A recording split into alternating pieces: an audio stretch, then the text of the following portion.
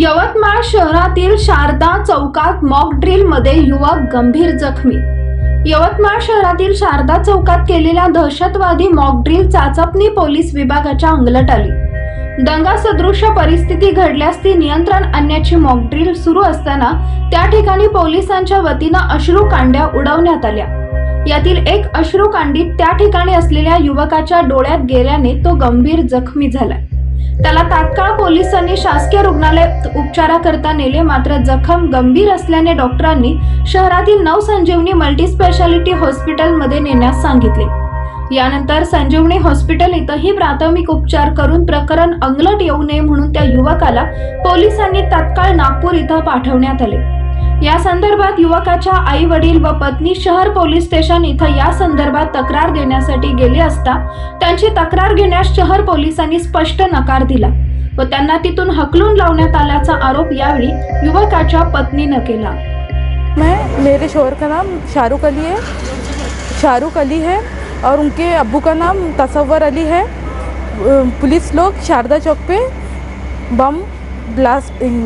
बम फोड़ने के लिए आए थे, तो उन्होंने जिसकी वजह से मेरे शोहर को नुकसान हुआ और उनकी आंखें दोनों भी अंधी हो गई।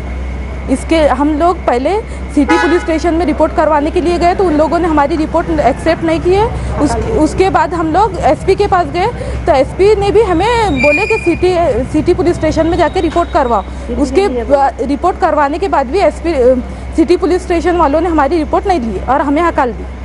आपकी मांग क्या है इस मामले में? हमारी इस मांग ये है कि हमें 3 बेटियां हैं और हमारे वालिद भी नहीं है जिंदा, और हमारे बेटियों की परवरिश करने वाला कोई है नहीं।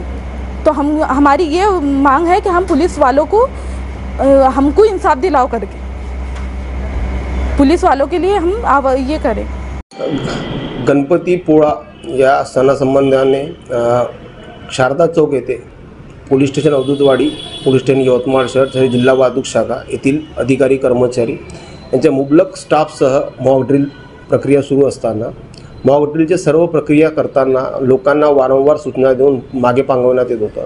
इवन ट्रॅफिक दोन्हीकडचंच ट्रॅफिकसुद्धा थांबवण्यात आलं होतं। सदर मॉक ड्रिलच्या वेळेस योग्य ती काळजी घेण्यात आली। वारंवार लोकांना मागे त्या मॉक ड्रिलची एक मोकळी जागा असते, त्या मोकळ्या जागेपासून वारंवार मागे ठेवण्यात आलं आणि जे याच्यात प्रात्यक्षिक करण्यात जे हे अनुभवी असतात ते असे DI यांना प्रचारण करण्यात आलं होतं। आणि मॉक ड्रिल शांततेत चालू असताना मॉक ड्रिल संपल्यानंतर आमच्या असं लक्षात आलं का 2 व्यक्तींना जखमा झालेल्या आहेत त्या स्टेन ग्रेनेड फोडल्यामुळे, आणि ते लागलीच आम्ही त्यांना उपचारार्थ वेगवेगळ्या दवाखान्यात नेलं। आता सध्या एका तरुणाला डोळ्याला जखम झाल्यामुळे त्याचा नागपूर येथे उपचार सुरू आहे।